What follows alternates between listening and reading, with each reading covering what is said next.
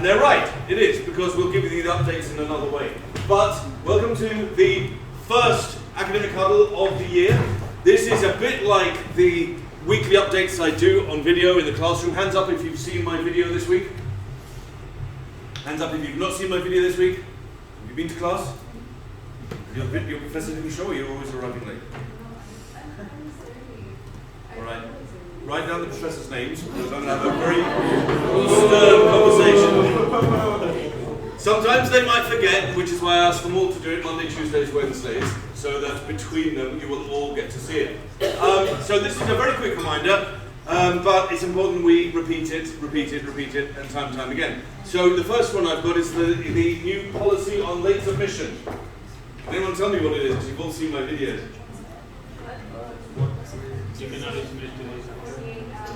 Good, you can submit up to 2 days. So in the old policy, you would drop a grade every day. Now, you just drop 1 grade, but you can only submit up to 2 days late, 48 hours. So if your assignment is due at 23:59 on Sunday night, you have until when to submit? At 23:59 on Tuesday. Okay? And you drop 1 letter grade from what the professor would otherwise score you. If you do it at midnight on Tuesday, Wednesday, what do you get? Yes, good. Everyone's clear? Good. So make sure you get your assignments in on time, please. Very easy to avoid this. It's going to be much easier for us to monitor and for you, so we don't want any confusions. There's another quick reminder on attendance, because I have had emails from some new students and returning students saying such things as, I'm really sick, can I get an excused absence? You should know this, you all know this, I've said this often. We don't do excused absences, we haven't done for well over a year now.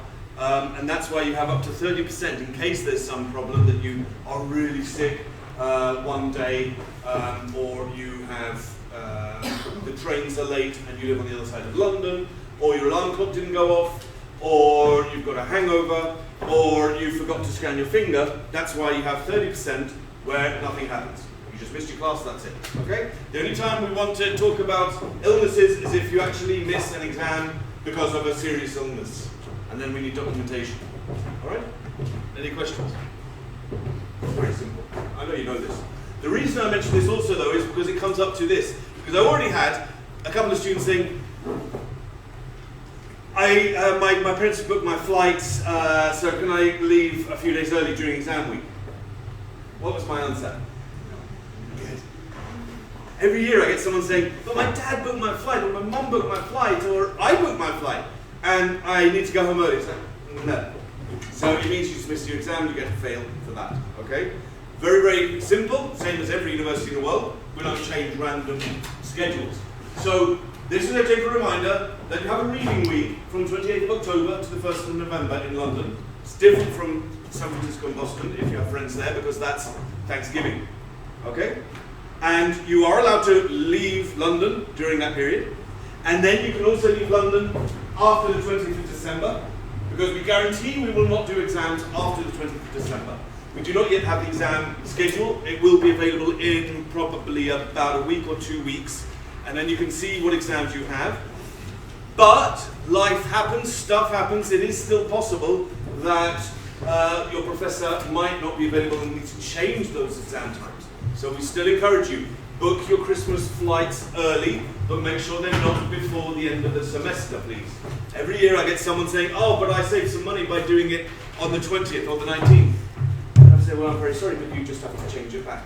All right? Everyone clear? See, it's important that you understand this so that you can tell your friends as well, because I know we'll have someone coming to ask me, and I'm okay, I don't have any friends, it's perfectly okay for everyone to hate me, but the answer is going to be the same no matter who comes to talk to me about it. All right?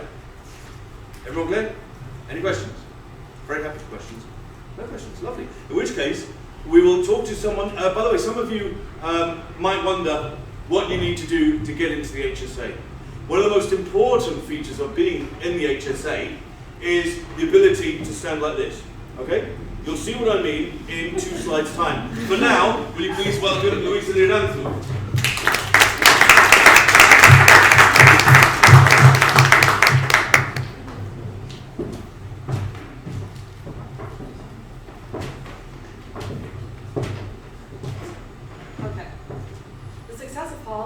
hands-on collaborative effort between students, faculty, and staff. Therefore, your feedback is very, very important. We need to know what works well, what doesn't work well, and what can be improved. And I also want to point out here that we really want to know what makes your experience amazing, what you're really passionate about. Because just complaints are not the full feedback, and we might lose sight of what makes your experience amazing. Now, there are certain rules in the progress of this engagement in the feedback. We want you to know that your first point of contact here is your professor, as he or she is the expert in that field and might be able to solve your doubts and struggles already very quick. You can talk to them, you can write an email, or you can even book an appointment, and we hope that you will sort it out very quick. So it is also important for you to know that you can always go to the third floor and talk with the deanery directly. He might not look very friendly, but let's be honest, Ronan is always ready to listen and act upon any relevant feedback that you can give on courses, professors, and the curriculum. So, for example, any difference, the biggest difference between Hult and any other big university is the fact that here, it is very easy and relatively simple to talk to the people that are in charge in campus. You literally only have to walk up three steps, like 3 floors. That's all you have to do, to talk with them and to voice your opinion. Now, some of you, most of you may know that you can book appointments with them through my courses, which is really simple. You can talk with anybody in the deanery or the third floor. They will sit down with you, listen to what your issue is, and work possible solutions with you. So take advantage of that. Take advantage of that feature that you can actually talk with them and figure things out personally with them. But then also you have your HSA. The whole purpose of the HSA, yes, like this. The whole purpose of the HSA is for us to be your voice and to represent you. Now, there might be a particular issue that you don't feel really comfortable about talking about with the deanery. Or maybe you just want to talk with another student peer-to-peer, and that's completely normal. Okay, so here you can see our emails in case you want to reach out to us, as we really want your feedback.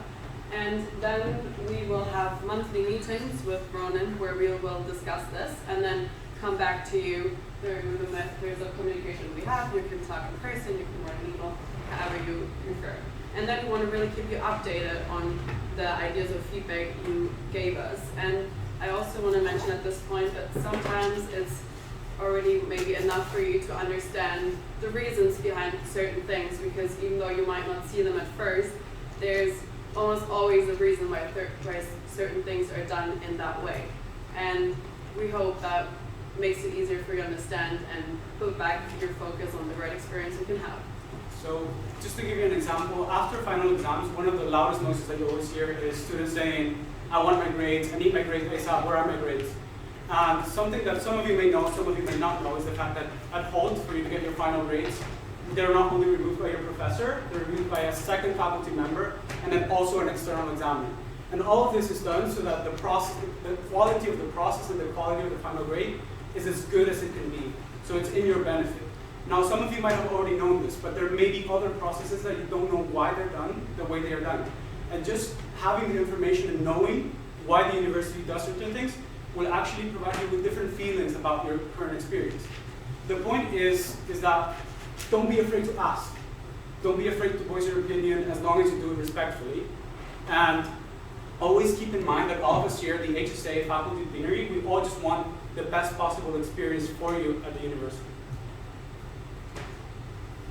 So we're going to introduce Carlos de la Paz, our head of cohorts, and he will talk to you about the cohort experience here.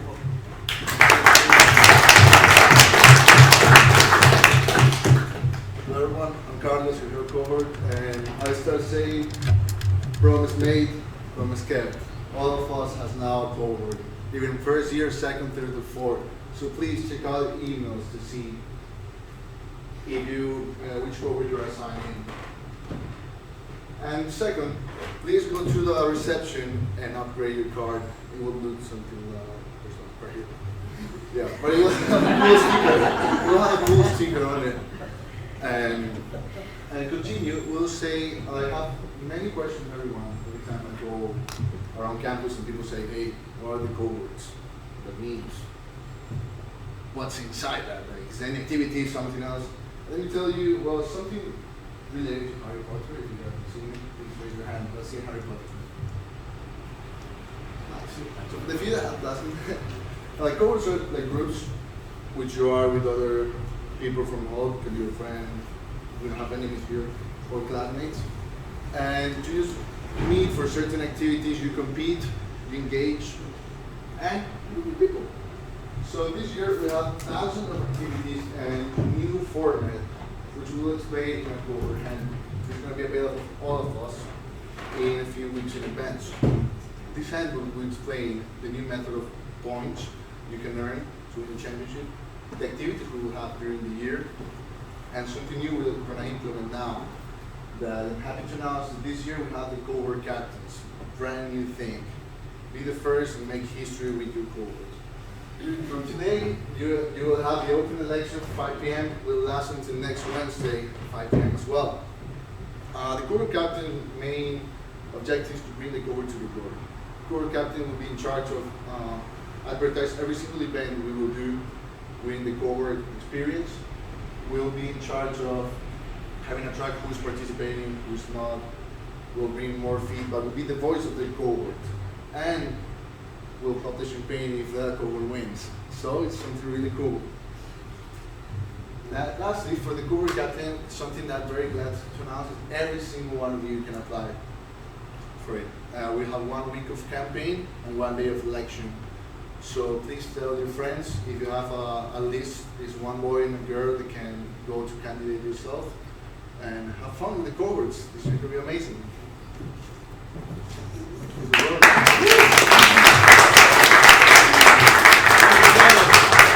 So now, hands up if you attended the capstone huddle yesterday. Small handful, good. So there's going to be a little bit of repetition, but this is actually not just about capstone. This is the most amazing Daniel Ricciardi going to tell you all about the whole Founders Lab. Thank you, Ronan. Today I was supposed to have Paula here, but unfortunately she has a class schedule. So I thought I would come here and stand in her shoes. Today we are opening up the whole Founders Lab for the fall term. There will be an info session that will be available for everyone that would like to get information on how they can understand the support they would get from the whole Founders Lab. It is one of the best value additions that students are able to get. You could take the 0 credit of the whole Founders Lab without necessarily adding it as an extra course to your course load. In other words, with your current course load, you still should be able to get into the whole Founders Lab if you have an idea that is fit and ready to go. Correct? So tomorrow we invite you all to kindly come, sit down and get some information on the whole Founders Lab. We discussed what the capstone is all about in the session yesterday. However, in order for you to qualify for the capstone internship, capstone, whole Founders Lab capstone, you need to be able to take the 0 credit as a prerequisite. In order to take the 0 credit as a prerequisite, you need to have 30 credits, academic credits, or having taken Principles of Entrepreneurship, which is ENT 200. Without any other question, presentation for myself, I'll ask whether you guys have any questions. You can see that Paula would have done a better job. Any questions in terms of the Founders Lab? How many of you will be coming through tomorrow's session? Woo. Okay, good. I think that the Founders Lab is value addition. Most of you should be able to use it as something that you can put on your CV. I always say to students as they're graduating, how best can you articulate your difference between yourself and others?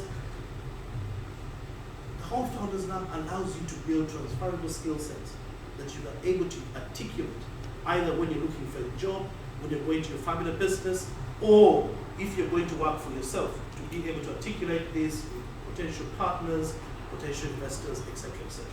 So we'll be happy to have you guys tomorrow, and we will provide you with a few pizzas. Our pizzas are going to be from the noodles, just to be clear. Thank you very much. That's wonderful, and Daniel's going to be making pizzas all night. I think you should reminder for those who were not at the Capstone Huddle yesterday and are planning on graduating next year, there's a very, very quick reminder that if you plan on walking the commencement ceremony, you have to have completed all your credits or only have up to 6 credits maximum left after the ceremony. Okay? There's a difference between the commencement ceremony and graduation. Graduation is completing the degree. The ceremony is where you wear a silly dress and walk across the stage and everyone applauds. Very different things. Don't get them confused. So if you're planning on graduating in the next year, then you need to pay attention to that. We'll have another Capstone Huddle in the spring. And then Hult Business Challenge. We announced it yesterday. Last year we had the wonderful eBay, and this year, to make sure that students who need to do a capstone in 2020 do the right capstone and don't forget about it until they get to fall and then they have no options as to what they have to do, we are pre-enrolling all students on the capstone, on the Hult Business Challenge for spring 2020. If you are eligible to graduate in 2020, we will enroll you for the Hult Business Challenge for spring. You then have the choice of dropping that, because you might choose to do the Hult Founders Lab with the wonderful Daniel, you might choose to do the thesis, or you might choose to do a capstone internship. You absolutely have that choice, but by pre-enrolling we want to make sure we don't accidentally find people not doing anything until it's too late to do the Hult Business Challenge and then they're stuck. Any questions on that? Alright, and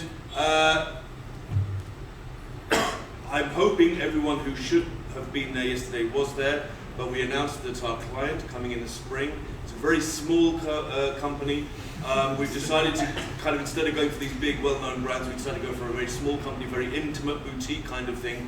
So we'll be working with Accenture. So if you like consulting, you will definitely enjoy that project. Any questions? Yes? Is the graduation going to be still in August this year? To be determined. We're hoping to actually book the place and the date and distribute that. But at the moment, the problem is the Royal Festival Hall, which we've had for the last 3 years, it's not available when we want it. Okay? Problem. So we have a choice of we get a different venue at the end of August, or we move to, for example, something that we've been discussing for about 3 years. We move graduation forward to, for example, between summer 1 and summer 2. So even if you're rotating, it won't prevent you and your family coming to visit London. So still to be determined. We're trying to finalise the dates as soon as possible, and we will distribute that. But that's why there's that delay, because the place we always go decided they're not going to accept any graduations at that time, which is rather frustrating. Yes. Sorry, I answered one question yesterday. You do not have to walk in the ceremony. If, like me, you don't like your family and you don't have any friends, you might choose to just, okay, when you graduate, registry will send you the diploma and the transcript to your home address. Okay? You don't have to put on the dress and walk across stage. Most people like it, they like to have the photograph, but you don't have to, just like you don't have to get married, alright? It's just one of these big things. But I hope you do come, even though you do have to shake my hand. But I do hope you do. Yes? Yesterday we were talking about the academic board and confirm where we Yes. and somebody mentioned that the academic board meets in August. It means twice a year. Yeah, so would that mean that if you lose the graduation until the ceremony, until between summer 1 and summer 2, nobody will see it? So that depends. So what we will do is work with the academic board to make sure that the students who have completed all the requirements when they walk in the ceremony, if there is enough time, we will try to make sure the academic board has a special meeting if necessary, so that they can ratify that and we can issue the diplomas. If worst case scenario that it's not done, we send you the diploma in a lovely case and the transcript to your address.